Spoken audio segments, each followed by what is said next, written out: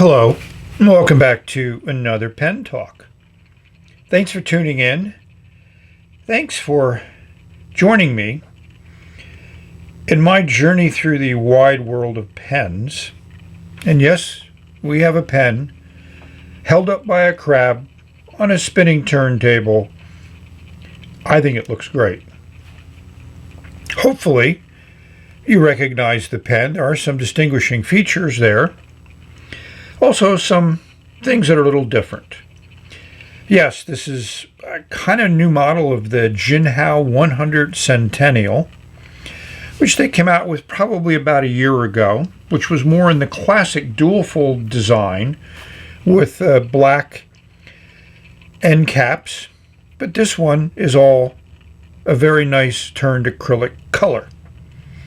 Here's the auction from eBay that I purchased it with, and the price is just amazing from my perspective for this very visually entertaining pen. We're going to zoom in a little bit just because it's good to appreciate this resin a little bit more closely. It's just nice, and they really did a good job of making those gold-plated metal bits very nice and shiny. And yes, this does have an arrow clip, so that's one of the differences of this model. We're going to just say hi to Mr. Crab, and we're going to explore this pen and compare it to others. So the pen arrived in 16 total days from order to delivery, and just came in this padded envelope and then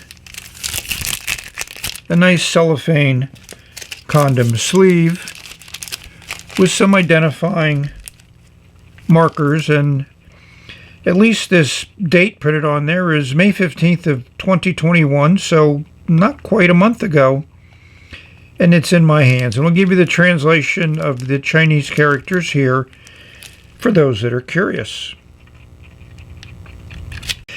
Well, because this Jinhao 100 now resembles the new model of the Kaigalu 316 because it has the same turned acrylic resin for the top of the cap, the bottom of the barrel, the section. I had to unscrew the little bits, and they do come apart, and there's this metal ring here that you got to be careful about when you take the end cap off, but there's no reason to take the end cap off. And I took off this cap, but the clip doesn't come out. It's still held in place, and we'll explore the LED light to see how that might be done. I'm impressed with the converter. Jinhao has again raised the bar a little bit by putting a small metal band here. Maybe they watch my videos and realize that makes this converter more stable, a better seal, and a more consistent seal when it connects to the end of the nib assembly. And that's a nice nib assembly. You have a nice O-ring there at the bottom of this nib collar, injection molded, and there's a nice chariot, the Jinhao logo. A really well done two-tone fine steel nib, and just your injection molded feet, but you notice how the fins are done. They're not going to be sensitive to bending or breaking. And there's no need for them to be very, very long. So I like that feed design. We'll see how it flows ink in there. And you can see this is a very sturdy, very good seal when it's all put together.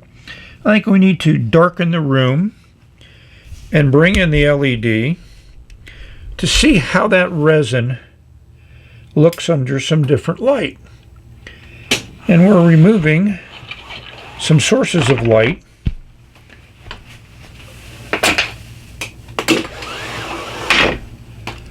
The camera is adjusting, so let's bring in the LED and play it on this interesting resin. I don't think I have a pen with this exact resin in it.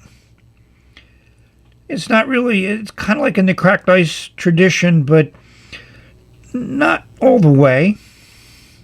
If we look inside, we'll see there is a metal ring in there. And there might be a way of unscrewing it. There's two little slots on that outer ring. but I'm not necessarily to do that. And this will be easy to clean out, so if you did get ink in there, it's no issue. And it seals pretty tight, and you see there's a ledge there that coincides to that section, so this, when you tighten up the cap, you're going to seal up, and you shouldn't have any issues with the nib drying out, at least not from the air. Yeah, this is a fairly thick resin. Very, very pleased with what they've done here. And it has some transparency to it. It's just nice. You know, this is an interesting color, but it would survive in a business environment.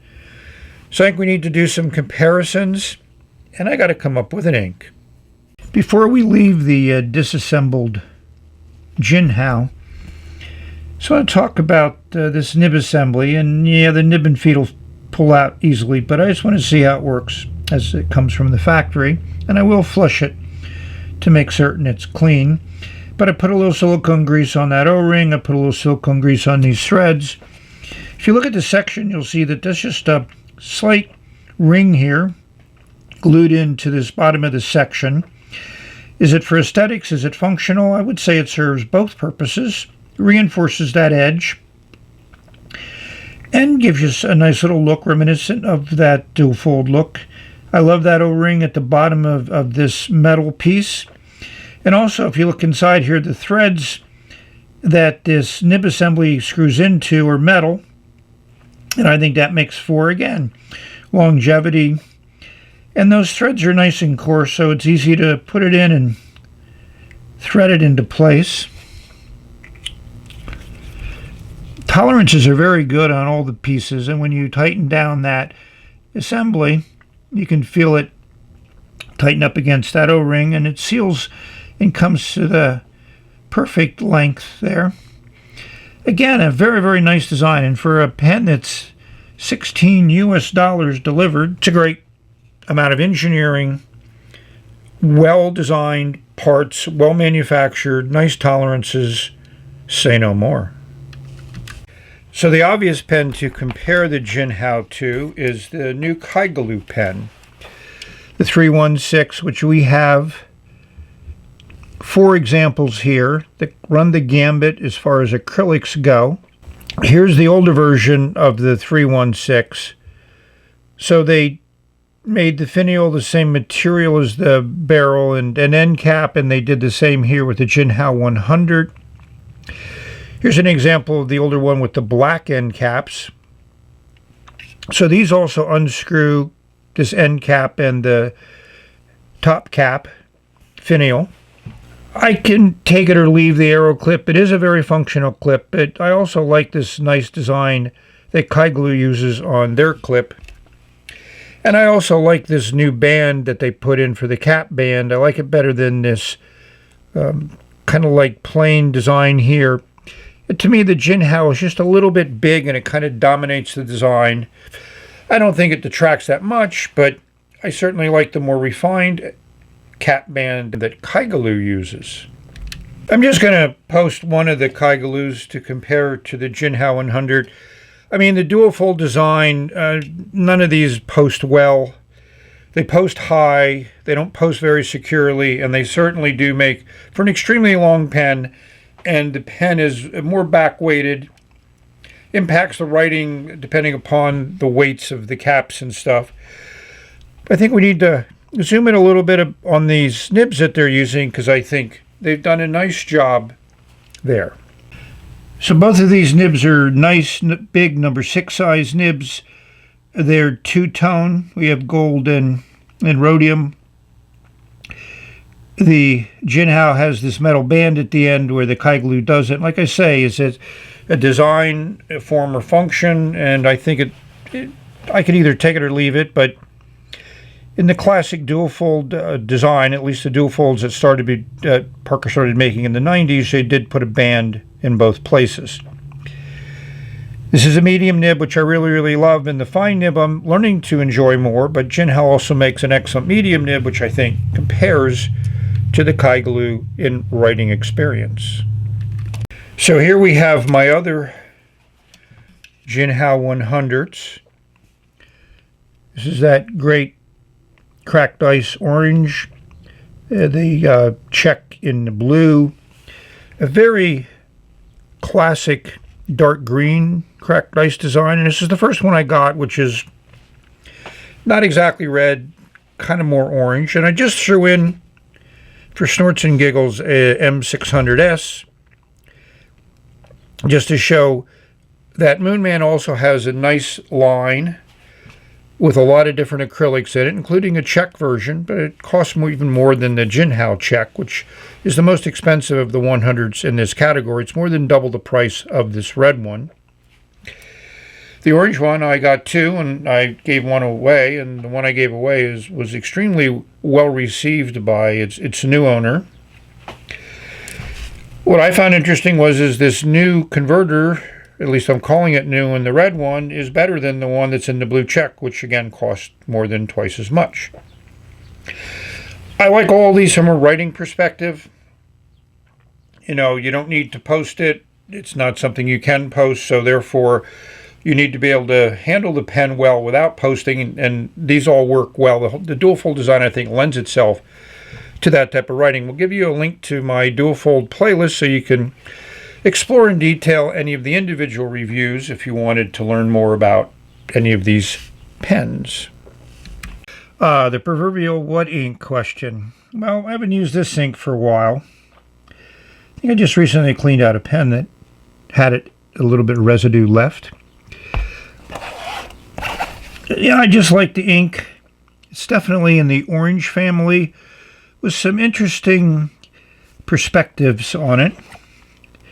And the converter works very, very well. I got a really full fill. I did my 3 ups and downs. When I flushed it, the flow was pretty minimal. But there's no guarantee how that flow and the writing compare. We'll see when we put nib to paper. So this pen appears to only come in 2 colors. This one and another one, which I'll show you.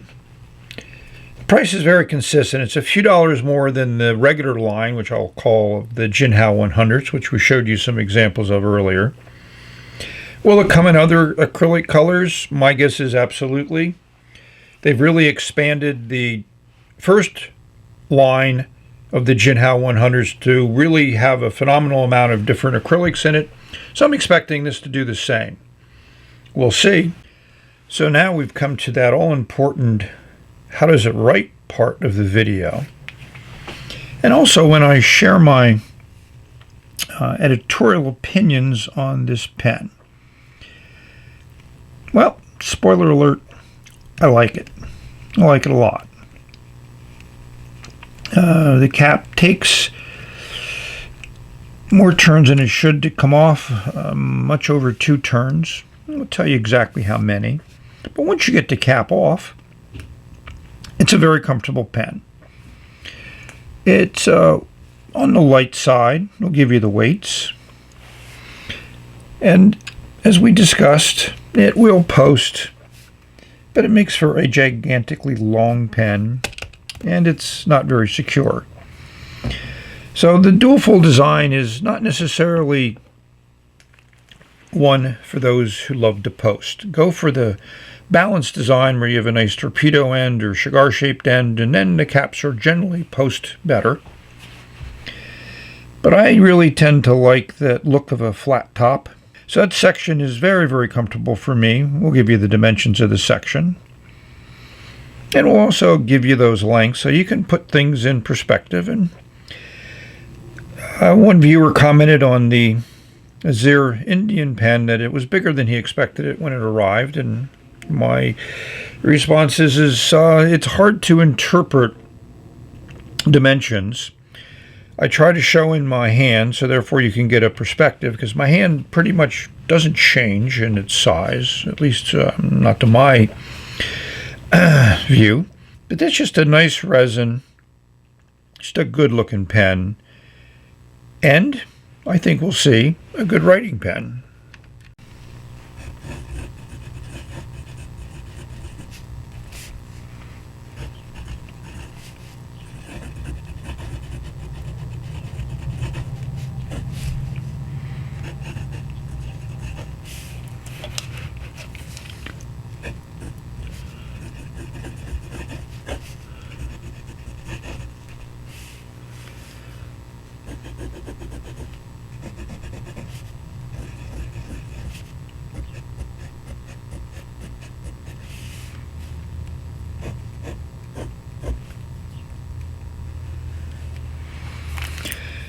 So for a fine nib, it is a fine nib.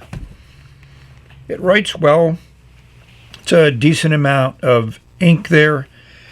And this Nemosine Solar Storm ink just really looks good on paper, put down by this nib.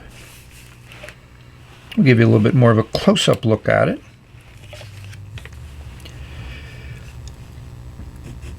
This is just a pleasure to write with. So now we need to rate the pen. I'm going to give it a 9.4. One check for the nib, and one check for the visual entertainment value. Eye candy, one might say. What detracts from it? Not much. I'd say it's not the most finely detailed pen. You know, the threads are okay, but not great. But for the price, it gets one check. It gets two checks for value. And that really ups the rating in my viewpoint. For the price, I don't think you can beat this pen. Now for a few dollars more, there's a pen like this, which will be in an upcoming video. Yes, I do love my 316s. And yes, I do have a bunch of them. Stay tuned for that. I want to thank you very much for watching. And it starts up right away. I haven't noticed any drying out, so that design of the cap works well to keep the nib wet. Hope this video finds you safe, healthy, and happy, enjoying your pens. Writing is my main pleasure, but some like to draw, sketch, doodle. Journaling is a kind of writing, so just put some ink on paper. Find something that you enjoy using to put ink on paper and do it. We've reached the end of this video, and we're going to say bye. There are a few more in the pipeline. Stay tuned.